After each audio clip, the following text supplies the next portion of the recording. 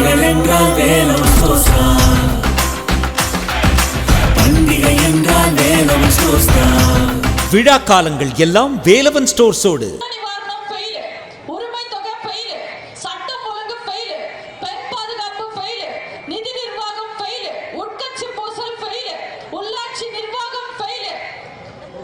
இப்படி 100 விஷயத்துல 150 விஷயத்துல ஃபெயிலான ஒரு அரசாங்கம் இந்த ஆளம் தெரியாத திமுக அரசாங்கம். இவங்க மக்களை ஏமாத்துறதுக்காகவே ஏதாவது ஒரு நிகழ்ச்சிகளை நடத்திக்கிட்டு இருப்பாங்க. சமீபத்தில் கூட பாத்தீங்கன்னா ஒரு நிகழ்ச்சி நடத்துறாங்க, கருணாநிதி 100.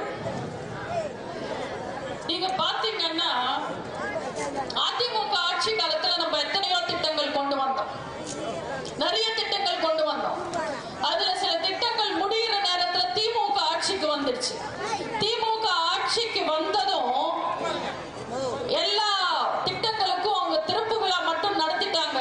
எல்லா போர்ட்லயும் கருணாநிதி பேர் ஏத்திட்டாங்க. நான் உங்களுக்கு ஒரு விஷயம் சொல்ல விரும்புறேன். போர்டுல எல்லாம் பேர் இருக்கிறதெல்லாம் பெரிய விஷயம் இல்ல. அந்த போர்டு மக்கி போகும், துரு பிடிக்கும், கீழே விழுந்துடும். ஆனா எங்க புரட்சி தலைவர் புரட்சி தலைவி அம்மா மாதிரி மக்கள் மனசுல இடம் பிடிக்கணும். அது காலத்துக்கும் அழியாது. இன்னைக்கு திமுக காரங்க அம்மா உணவகத்தை உடைக்கலாம், மூடலாம்.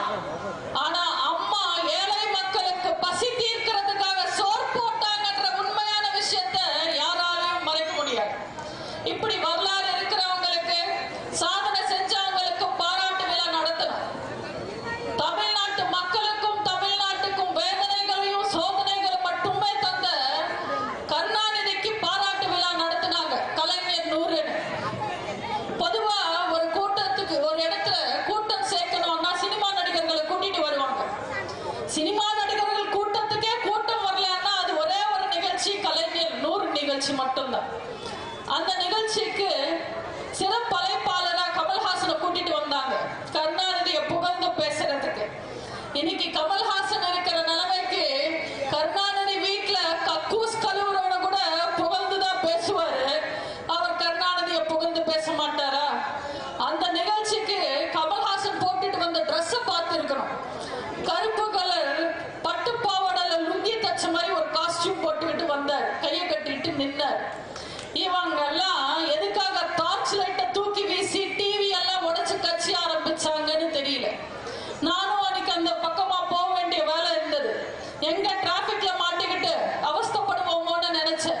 அந்த பக்கமா போனேன். அந்த பக்கம் போனா அந்த நிகழ்ச்சி நடக்கிற இடத்துக்கு முன்னாடி ஒரு 4 செக்யூரிட்டி தொகுதபுதபுன்னு வந்து முன்னாடி நின்னாங்க. இந்த ஹைவேஸ்ல எல்லாம் விசில் போட்டு உள்ள வாங்க சாப்பிட்டு போங்க, உள்ள வாங்க சாப்பிட்டு போங்கன்னு கூப்பிடுவாங்க பாத்தீங்களா? அதே மாதிரி விசில் போட்டுக்கிட்டு வந்தாங்க. 4 பேர் வந்து என் காடை மறக்குனாங்க. என்னை பார்த்ததும் இந்த அம்மாவா கருணாநிதி உயிரோட இருக்கும் போதே கிளிகிளின்னு கிளிக்கும், செத்ததுக்கு அப்புறமாவா சிறப்பா பேச போகுதுன்னு என் காரை விட்டுட்டாங்க. நானும் வந்துட்டேன். இப்படிப்பட்ட கருணாநிதிக்கு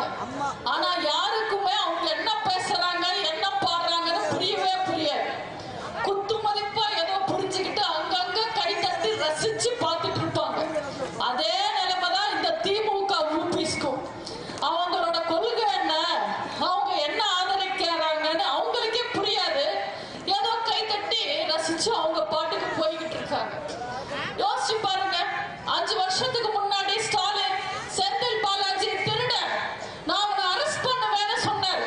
அதுக்கு திமுக காரன் கை தட்டான்.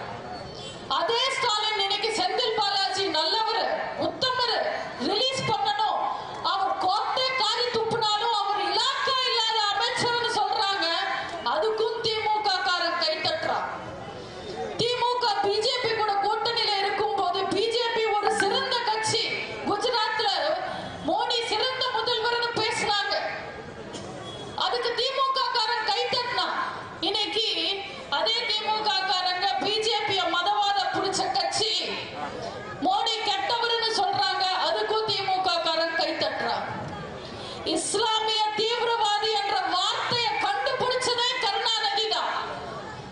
முஸ்லிம்ஸ் பார்த்து இவங்க இஸ்லாமிய தீவிரவாதிகள்னு பேசும்போது திமுக காரன் அதை ரசிச்சு கை தட்டினா. இன்னைக்கு ஓட்டுக்காக அதே இஸ்லாமியர்களை ஏமாத்துறதுக்காக இஸ்லாமியர்களின் காவலர்கள் நாங்க பேசுறாங்க. அதுக்கும் திமுக காரன் கை தட்டுறான். ஐயா